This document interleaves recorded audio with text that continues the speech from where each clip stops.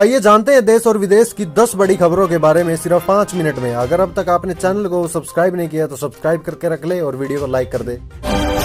समलैंगिक विवाह के ऊपर केंद्र की दलीलों के बाद पीछे हट रहा है सुप्रीम कोर्ट।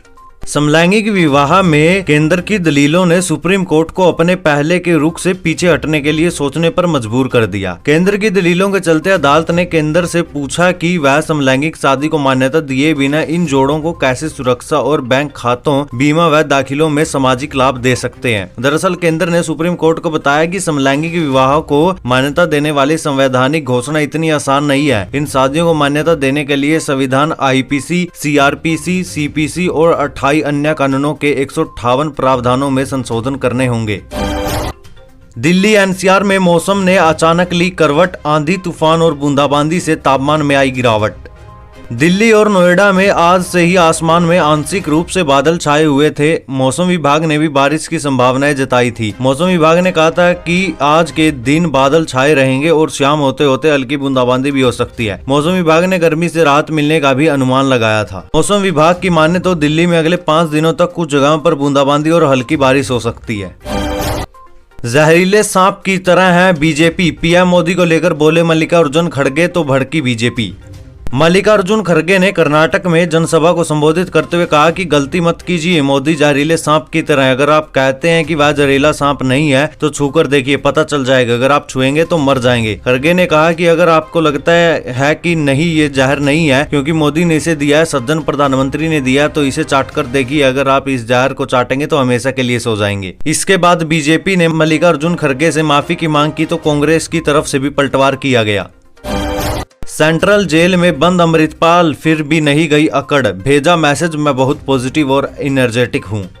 असम के डिब्रूगढ़ केंद्रीय कारागार में बंद वारिस पंजाब के प्रमुख अमृतपाल सिंह ने अपने वकील को लिखे पत्र में कहा कि वह जेल में भी ऊर्जा से भरपूर और आशावादी है। अमृतपाल समेत इसके संगठन के गिरफ्तार कार्यकर्ताओं के परिजन गुरुवार को यहां पहुंचे और डिब्रूगढ़ केंद्रीय कारागार में उनसे मुलाकात की। अमृतपाल ने जेल में अपने वकील भगवंत सिंह सियालका को गुरुमुखी में लिखा एक पत्र सौंपा, जिसमें उसने कहा कि ईश्वर की कृपा से मैं यहाँ भी ऊर्जा से भरपूर और आशावादी हूँ।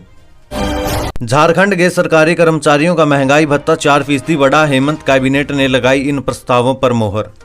झारखंड कैबिनेट की गुरुवार को बैठक हुई। इसमें झारखंड की हेमंत सोरेन सरकार ने सरकारी कर्मचारियों को तोहफा दिया। कैबिनेट की बैठक में महंगाई भत्ते DA में 4% की बढ़ोतरी की गई। कैबिनेट सचिव वंदना दादेल ने जानकारी दी कि राज्य सरकार के कर्मियों को 1/1/2016 से स्वीकृत पुनरीक्षित वेतनमान में 1/1/2023 के प्रभाव से महंगाई भत्ते की दरों में वृद्धि की मंजूरी दी गई है। इसे बढ़ाकर 42% कर दिया गया है। संविदा के आधार पर कार्यरत कर्मियों के संविदा राशि के निर्धारण की स्वीकृति दी गई है।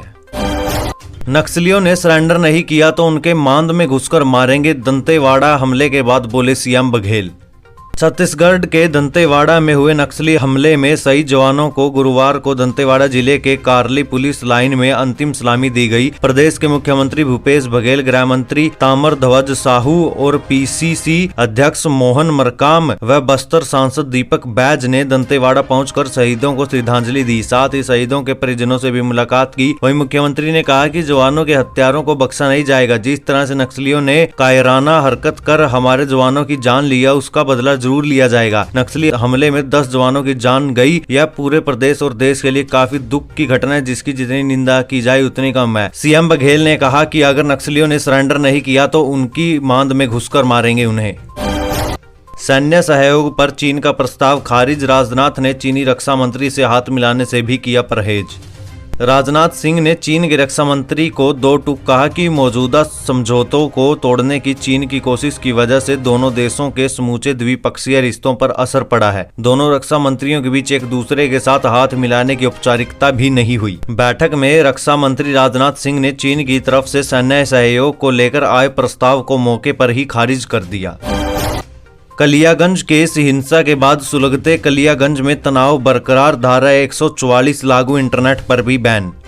पश्चिम बंगाल में उत्तर दिनाजपुर जिले के पूरे कालियागंज शहर में गुरुवार को धारा 144 के तहत निषेधाज्ञा लागू करने के साथ इंटरनेट सेवाएं निलंबित कर दी गई। एक वरिष्ठ अधिकारी ने यह जानकारी दी। बीते रविवार को शहर के कुछ हिस्सों में निषेधाज्ञा लागू की गई है। अधिकारी ने कहा कि ये उपाय 30 अप्रैल तक जारी रहेगा। दरअसल पिछले सप्ताह 17 वर्षीय लड़की से कथित सामूहिक बलात्कार और उसकी हत्या को लेकर शहर में हिंसा हुई थी। जब पीएम मोदी पर किया निजी हमला, कांग्रेस को हुआ नुकसान, हंगामा जारी। प्रधानमंत्री नरेंद्र मोदी के खिलाफ कांग्रेस के राष्ट्रीय अध्यक्ष मल्लिकार्जुन खड़गे के जहरीले सांप वाले बयान पर बवाल जारी है। खड़गे ने कर्नाटक में चुनाव प्रचार के दौरान यह बात कही। इतिहास गवाह है कि जब चुनाव प्रचार के दौरान कांग्रेस नेताओं ने नरेंद्र मोदी पर निजी हमला किया, जनता ने उसका मुंह तोड़ जवाब दिया और भाजपा को बड़ी जीत मिली है। ऑयल कंपनी ने जारी किया पेट्रोल और डीजल के लेटेस्ट रेट, यहाँ चेक करें दाम।